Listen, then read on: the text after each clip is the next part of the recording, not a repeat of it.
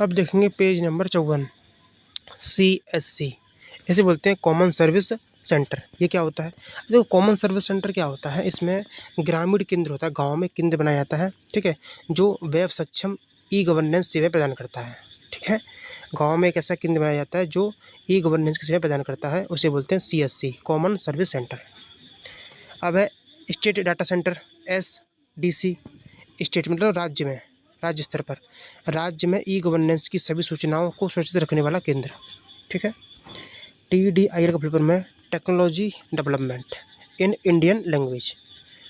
TDIL क्या है कि technology development in Indian language, मतलब भारतीय भाषाओं में प्रौद्योगिकी विकास को बढ़ावा देने का कार्यक्रम।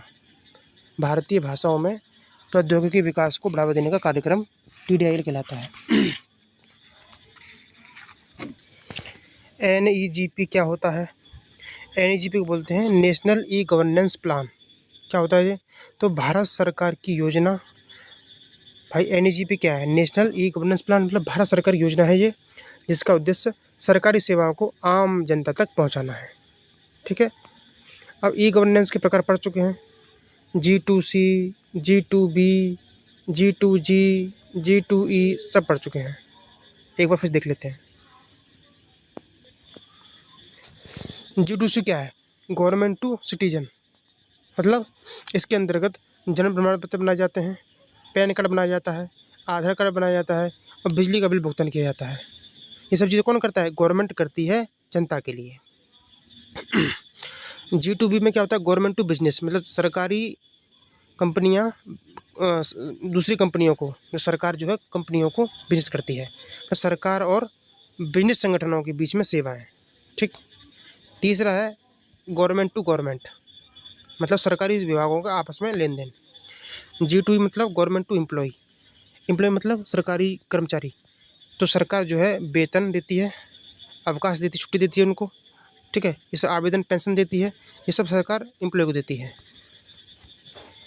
ई गवर्नेंस किन क्षेत्रों में लागू होता है? सब में होता है भाई, शिक्षा, स्वास्थ्य, कृषि, परिवहन, पुलिस, सामाजिक सेवा, नागरिक सेवा, सब में होता है। अब है डिजिटल फाइनेंशियल टूल कौन से हैं? भाई हम जो डिजिटल तरीका, मतलब क्या? ऑनलाइन, डिजिटल माने क्या होता है? ऑनलाइन होता है। फाइनेंशियल मतलब पैसा, टूल्स, तो ऑनलाइन जो हम पैसे का लेन देन करते हैं उसके लिए कौन से टूल होते हैं? एक होता है ऑनलाइन बैंकिंग, एक डेबिट कार्ड, क्रेडिट कार्ड के द्वारा, और इंटरनेट बैंकिंग के द्वारा, मोबाइल वॉलेट के द्वारा। OTP क्या है? इसे वन टाइम पासवर्ड बोलते हैं, मतलब केवल एक बार उपयोग होने वाला पासवर्ड। ई वॉलेट क्या है? ई वॉलेट जो है एक जैसे एक डिजिटल वॉलेट होता है जो ऑनलाइन लेन देन के लिए डिजिटल बटुआ होता है, ठीक है, ई वॉलेट।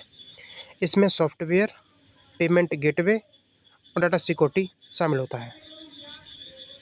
इसके एग्जाम्पल हो जाएंगे पेटीएम, मोबीक्विक और इट्स कैश, ठीक है। ई वॉलेट के क्या एग्जाम्पल हो जाएंगे? ई वॉलेट जो होता है वो होता है पेटीएम, मोबीक्विक और इट्स कैश, ये ई वॉलेट के एग्जाम्पल हैं। और ई वॉलेट में क्या होता है? सॉफ्टवेयर, पेमेंट गेटवे और डाटा सिक्योरिटी शामिल होता है, ठीक है। और ई वॉलेट क्या है? एक डिजिटल वॉलेट होता है, और डिजिटल वॉलेट होता क्या है? ऑनलाइन लेन देन करने के लिए डिजिटल बटुआ। क्रेडिट कार्ड क्या है? तो बैंक से उधार पर, क्रेडिट कार्ड से हमेशा बैंक से पैसा उधार लेके खर्च करते हैं, तो बैंक से उधार पर खर्च करने की सुविधा देता है, ठीक है, उसे क्रेडिट कार्ड कहते हैं। इसमें एक लिमिट होती है, क्रेडिट लिमिट होती है, और EMI भी भरनी पड़ती है। डेबिट कार्ड क्या है? डेबिट कार्ड ATM कार्ड होता है, ठीक है, तो ATM और ऑनलाइन पेमेंट के लिए उपयोग होता है डेबिट कार्ड। खाते में मौजूद राशि से खर्च करने की सुविधा देता है।